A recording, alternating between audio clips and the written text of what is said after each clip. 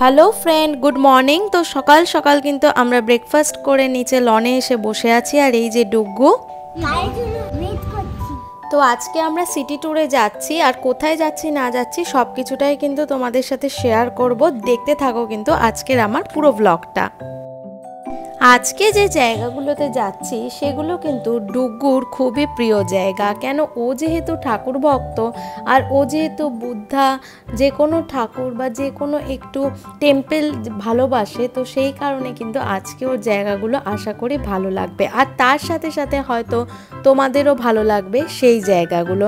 তো আজকে প্রথমেই আমি চলে যাচ্ছি থাইল্যান্ডের সবচেয়ে বড় কাঠের টেম্পেলে। হয়তো তোমরা আশা করি সবাই জানো যে আমি কোন মন্দিরের কথা বলছি। চলো সামনে থেকে গিয়েই দেখা যাক। আর তার আগে দেখো, রাস্তায় যেতে যেতে খুব সুন্দর সুন্দর কিছু জিনিস দেখতে পাচ্ছিলাম, তো সেইগুলোকে কিন্তু আমি একটু হলেও ক্যাপচার করেছি। এই গাড়িটা কিন্তু দেখো একটা কাস্টমাইজড কার, শুধুমাত্র কিন্তু এটা স্পোর্টস কার নয়, একটা যে কোনো গাড়িকে কিন্তু এইভাবে কাস্টমাইজেশন করেছে, মানে এরা চাইলে সবটাই করতে পারে।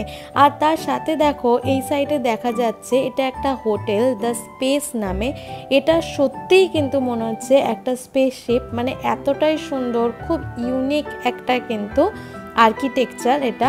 তো খুবই ভালো লাগছিল। তো চলো যেতে যেতে কিন্তু আমরা চলে এলাম এবার স্যাংচুরি অফ ট্রুথে।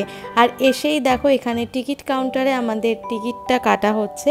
এই টিকিটগুলো আমরা অনলাইনে বুক করে আসিনি, বাট এখানে বড়দের জন্য 500 ভাট আর ছোটদের জন্য কিন্তু 250 ভাট করে টিকিট কাটতে হয়। তো দেখো টিকিট কাটা হয়ে গেছে। এই ব্যান্ডগুলো আমরা তিনজনেই কিন্তু পরে নিলাম। বাইরে প্রচণ্ড গরম, আর ডুগুকে নিয়ে যতটুকু পেরেছি আমি ক্যাপচার করেছি। তাও যদি কোনো ভুল ত্রুটি থাকে অবশ্যই আমাকে ক্ষমা করে দিও। তো এইটা দেখো ভিউ পয়েন্ট থেকে কিন্তু দেখা যাচ্ছে চারিদিক জল, আর মাঝখানে কিন্তু এত সুন্দর একটা মন্দির, মানে এটা একটা অসাধারণ। আর এটা কিন্তু আনফিনিশড একটা টেম্পেল, একটা প্রাসাদ। এখানে যত কাঠের কাজ হয় সেই কাঠ দিয়ে দিয়েই কিন্তু এই মন্দিরটা বানানো হয়েছে। এটা একটা সম্পূর্ণ কিন্তু কাঠের তৈরি মন্দির, আর অসাধারণ এর দৃশ্য। এটা তোমাদেরকে আমি সামনে নিয়ে গিয়ে দেখাবো। চলো আমরা সেই দিকেই এগোই। যেহেতু এটা এখনো কাজ হচ্ছে, এই কারণে দেখো আমাদের এখান থেকে কিন্তু হেলমেট দিয়েছে। আর অবশ্যই আমি ডুগুকে সেই হেলমেটটাও কিন্তু সেফটির জন্য পরিয়ে নিয়েছি। আর দেখো এখানে কিন্তু প্রচুর মানুষ কাঠের এই কাজ করছে, যেগুলো কিন্তু এই ভবনের মধ্যে সংরক্ষণ করে রাখা হবে।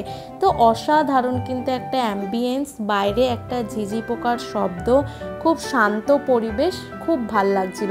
কিন্তু যেহেতু একটু গরম বেশি ছিল, রোদ খুব ছিল, তাই কিন্তু আমরা ডুগুকে নিয়ে সেইভাবে অতটা গভীরে গিয়ে ঘুরতে পারিনি। তো দেখো এখানে কাঠের, মানে চোখ ধাঁধানো কাজ, কাঠের দিয়েও যে এত সুন্দর কাজ করা হয়, হয়তো এই প্রাসাদ না দেখলে পরে সেটা বুঝতেই পারতাম না।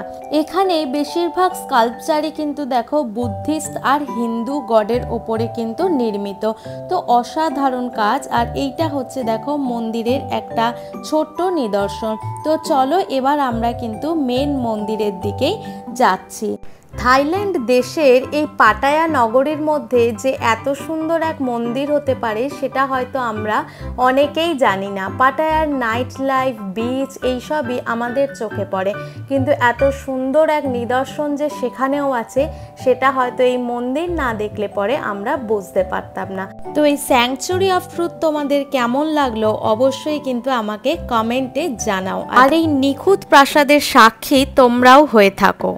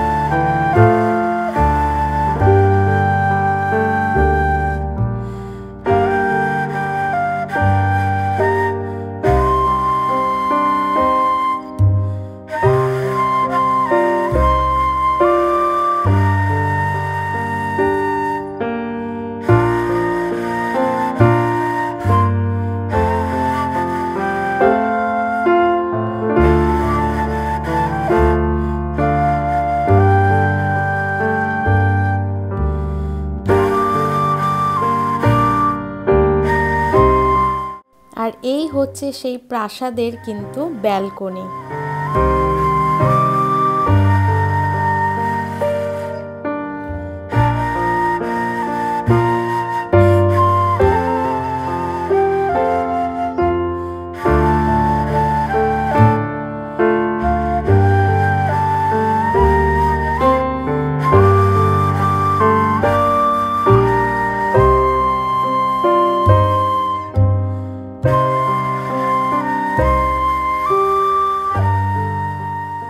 স্যাংচুরি অফ ট্রুথ দেখেই কিন্তু আমরা বেরিয়ে পড়লাম আবার বিগ বুদ্ধা টেম্পলের উদ্দেশ্যে। তো দেখো এটা হচ্ছে পাটায়া ফ্লোটিং মার্কেট, আর এখান থেকে কিন্তু বেশ কিছুটা গিয়েই আমরা পৌঁছে গেলাম হচ্ছে বিগ বুদ্ধা টেম্পলে। এটা কিন্তু আমাদের হোটেল থেকে খুবই কাছে ছিল, 15 মিনিটস মতো লাগবে, বাট যেহেতু আমরা স্যাংচুরি অফ ট্রুথ হয়ে এসেছি এই কারণে কিন্তু একটু টাইম লেগেছিল।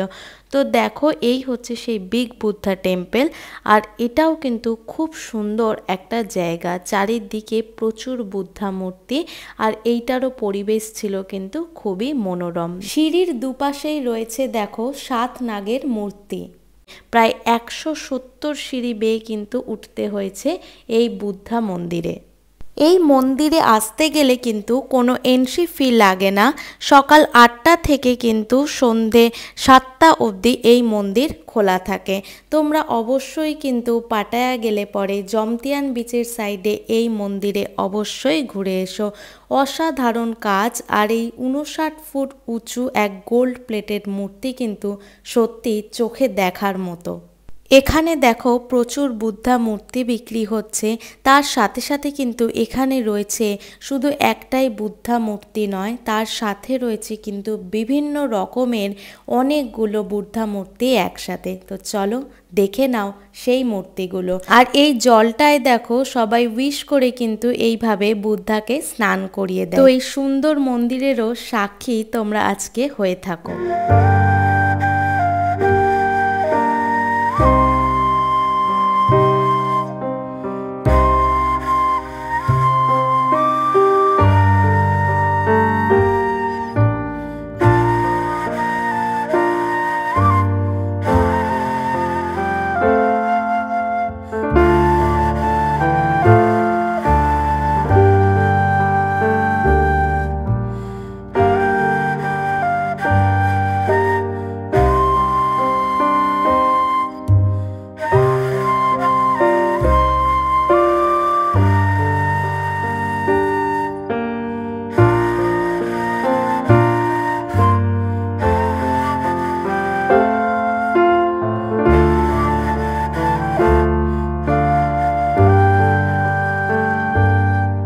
আর এই দুটো মন্দিরেই কিন্তু একটুখানি ঢাকা পোশাক পরে যেতে হবে, কোনো বিচ ওয়্যার বা ট্যাঙ্ক টপ পরে যাওয়া যাবে না।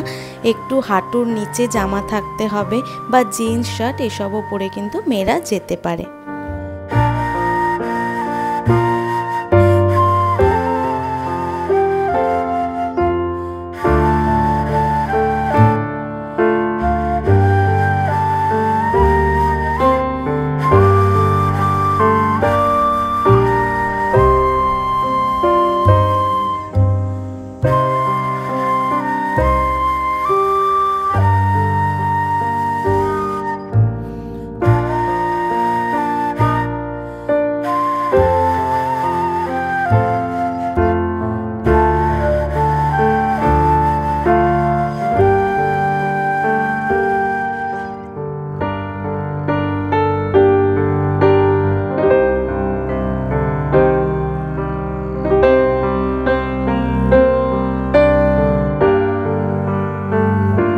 আর এই মন্দির দর্শনের সাথে সাথে দেখো চারপাশের ভিউও কিন্তু অসাধারণ, যেটা কিন্তু এত উঁচু থেকে দেখতে সত্যি বড্ড বেশি ভালো লাগছে। আর শহরের ব্যস্ততা থেকে একটু দূরে গিয়ে কারই না ভালো লাগে না বলো তো এত সুন্দর জায়গায় সময় কাটাতে। তো আজকের এই ভিডিও যদি তোমাদের ভালো লেগে থাকে অবশ্যই একটা লাইক, কমেন্ট আর শেয়ার করে দিও। আর এখনও যদি সাবস্ক্রাইব না করে থাকো তো প্লিজ সাবস্ক্রাইব করে দাও। এবার আমরা হোটেলে ফিরে এলাম এক অসাধারণ মন্দিরের সাক্ষী হয়ে। আবার নেক্সট ডে দেখা হচ্ছে নতুন কোনো ভিডিও নিয়ে। তোমরা ভালো থেকো, সুস্থ থেকো, সাথে থেকো। তো bye bye, thanks for watching.